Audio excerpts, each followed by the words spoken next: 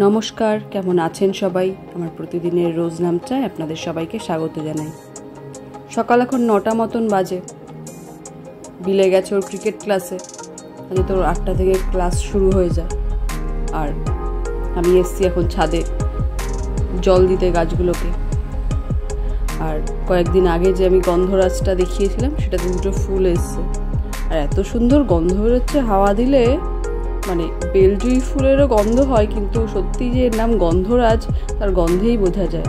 মানে আশেপাশ দিয়ে গেলেই একটা সুন্দর গন্ধ বেরোচ্ছে। দুটোই হয়েছে। আর এই গাছটার ফুলগুলো অনেকটা বড় বড়। এমনি যে গন্ধরাজ আমাদের আগে হতো সেই ফুলগুলোর থেকে এই ফুলটা একটু বড়।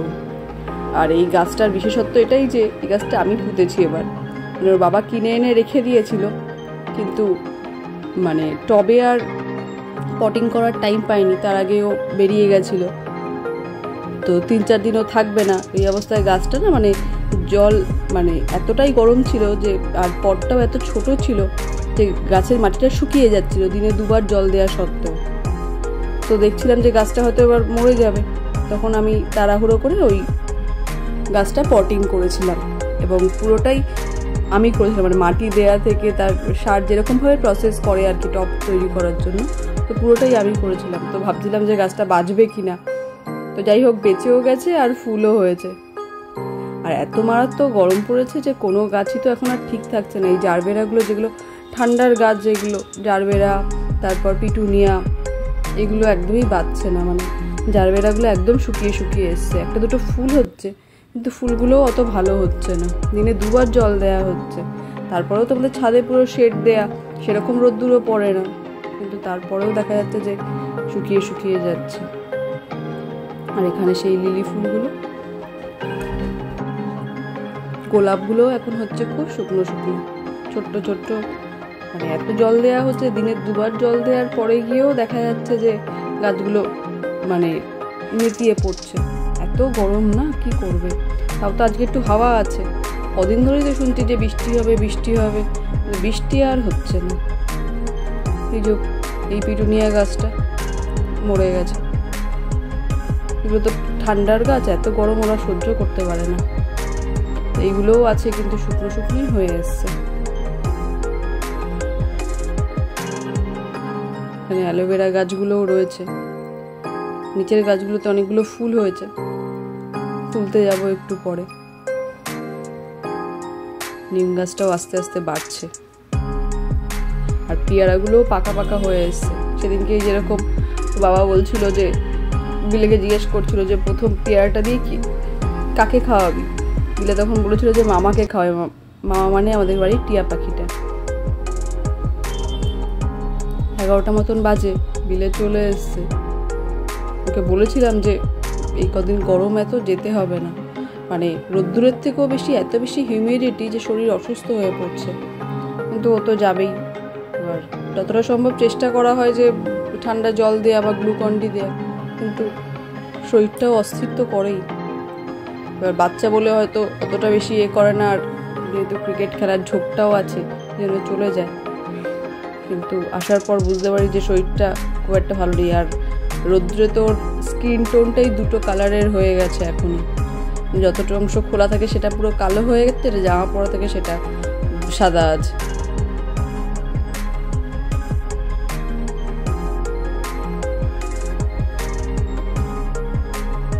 ও আমাকে বলছিল ক্রিকেট ক্লাসে কি হয়েছে। যাই হোক, খেতে দিয়ে দিই এবার। দুপুর 1টা মতন হবে, যেহেতু রবিবার, কিন্তু তা সত্ত্বেও আজকে আমাদের দোকান খোলা থাকবে। এবার সেদিনকে ওর বাবা চিকেন নিয়ে এসেছিল। চিকেন মানে এটা তো দেশি চিকেন। বাবা সেদিনকে মিটিং করতে গেছিল মেদিনীপুরের ওদিকে। তো রাত্রিবেলায় যখন ফিরছিল এই দেশি চিকেনটা নিয়ে এসেছিল। বিলেও দেখছে। আর দেশি চিকেনের ব্যাপারটা হচ্ছে যে এরা স্কিন ছাড়ায় না, আর সঙ্গে পা, মাথা গলা তো আমি নিজেই খাই, কিন্তু পাটাও দিয়ে দেয়। পাও নাকি ওখানে দিয়ে দেয়। আমাদের এখানে যেরকম পা দেয় না। পা নিয়ে এসছে যদিও, কিন্তু আমি বলেছি আমি রান্না করবো না, কারণ আমি একবার ছোটোবেলায় পা খেয়েছিলাম, আমার ভালো লাগেনি খেতে। সেই জন্য পাটাকে সরিয়েই রেখে দেবো।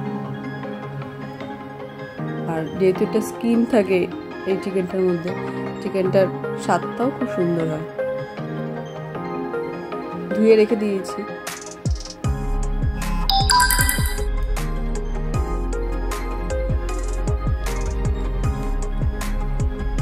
এখন রান্নাটা বসিয়েই দিচ্ছি।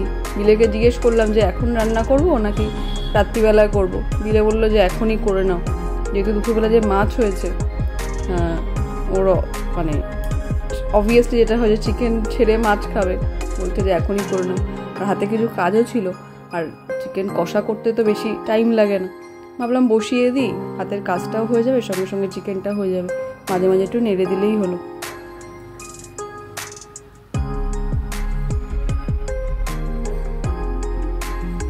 এক সময় মানে চিকেন নানা রকম পদ খেতে ইচ্ছা করে, আবার এক সময় ইচ্ছা করে যে একদম কষা কষা যেরকম হয় না সেরকম খেতে, কাজে সেরকমই বানাবো। ইচ্ছা আছে রাত্রিবেলা একটুখানি পরোটা বানাবার। রাত্রে তো দোকানও খোলা আছে, তাই ভাবলাম এখন করেও নি, রাত্রিবেলা এসে করতে না মানে অতটা এনার্জি লাগে না। তো একটু রুটি করলাম, পরোটা করলাম, ঠিক আছে। হ্যাঁ, করি না তা নয়, কিন্তু মানে ঠিক থাকে না। কোনো সময় হয়তো এনার্জি আছে, সে এসে বিরিয়ানিও করে ফেলছি, আর কোনো সময় এনার্জি লাগে না, তখন মানে হয়তো সেদ্ধ ভাত করতেও ইচ্ছা করে না। তারপর ভাবলাম যে একটুখানি করলে বিলেটা হয়তো দুপুরবেলায় এক দুটো করে খেতে পারবে, তো খুব খেতে ভালোবাসে, আর চিকেন মটন হলো তো কথাই নেই। তাই ভাবলাম যে একটুখানি করেই দিই।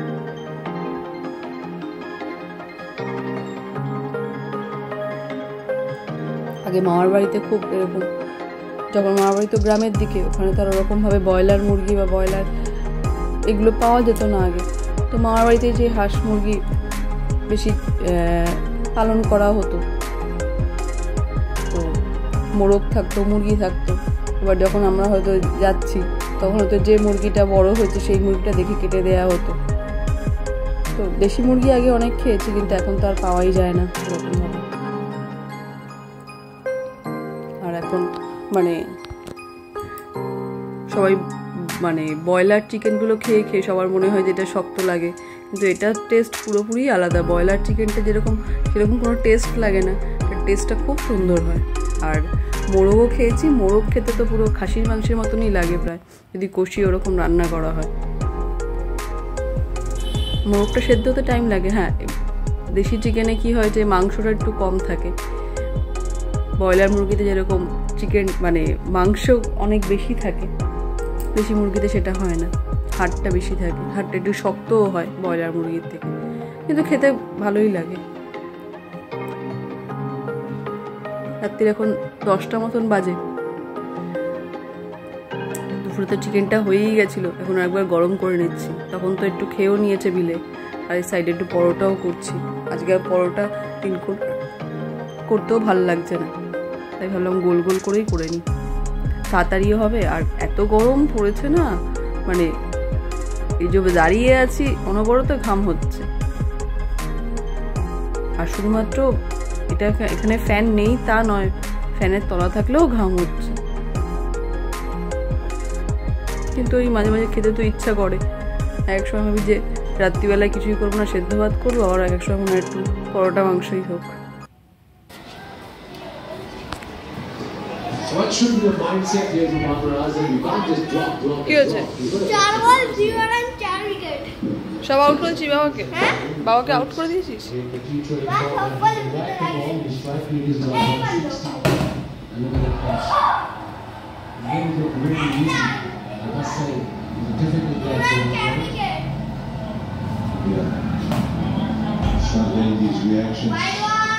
কিসের হোয়াইট? ও যা আছে চলে যাবে। বাউন্সার, ওভারে একটা বাউন্সার, মাথার উপর দিয়ে বাউন্সার হয় না।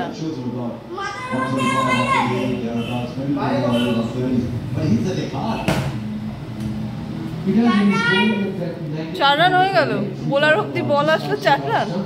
হ্যাঁ, তুই এগিয়ে দাঁড়া তাহলে। Hamper got 2 wickets already, that's 10 runs and of course without 1 11:15 মতন বাজে, এখন খেতেও বসছি। বিলেকে ডাকছি তাই খেতে, এখনো তাও খেতে আসবে না, ও নাকি খেলে দুলে তারপরে খেতে আসবে। তো ভাবলাম যে গরম গরম দিয়ে দেবো, কিন্তু খেলা হলো তারপরে এখন উনি খেতে বসবে। ওর বাবার সাথে নাকি ওর ডিল হয়েছে যে দুবার খেলতেই হবে, যেহেতু রবিবার সেই জন্য দুবার খেললো, ম্যাচ শেষ হলো, তারপর ওনারা খেতে আসবে। আজকের মাংসটা পুরো একদম কষা মাংস হয়েছে, দেখি ও খেয়ে কি বলে।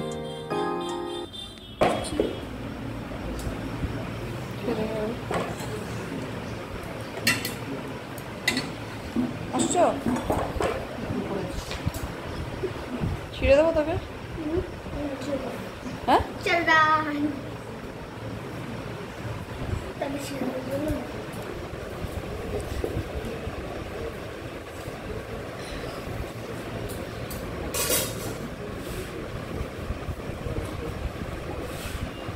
बाहर से जीते गए हम।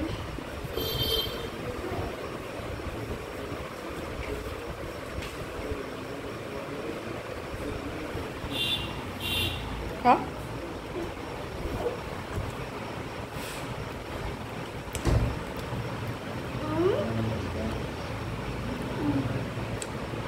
এই গ্রেভিটা নিয়ে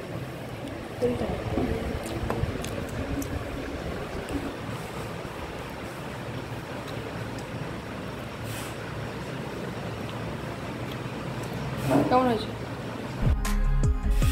দেখো তো পছন্দই হয়েছে, আর ভালো লাগারই কথা। এরকম কষা মাংস আর পরোটা হলে আর কিছু চাই না। ঠিক আছে, আজকের ভিডিওটা তাহলে এখানেই শেষ করলাম। ভিডিওটি কেমন লাগলো কমেন্ট করে জানাবেন, যদি ভালো লেগে থাকে লাইক করে দেবেন। সুস্থ থাকবেন, সাবধানে থাকবেন, দেখা হচ্ছে পরে।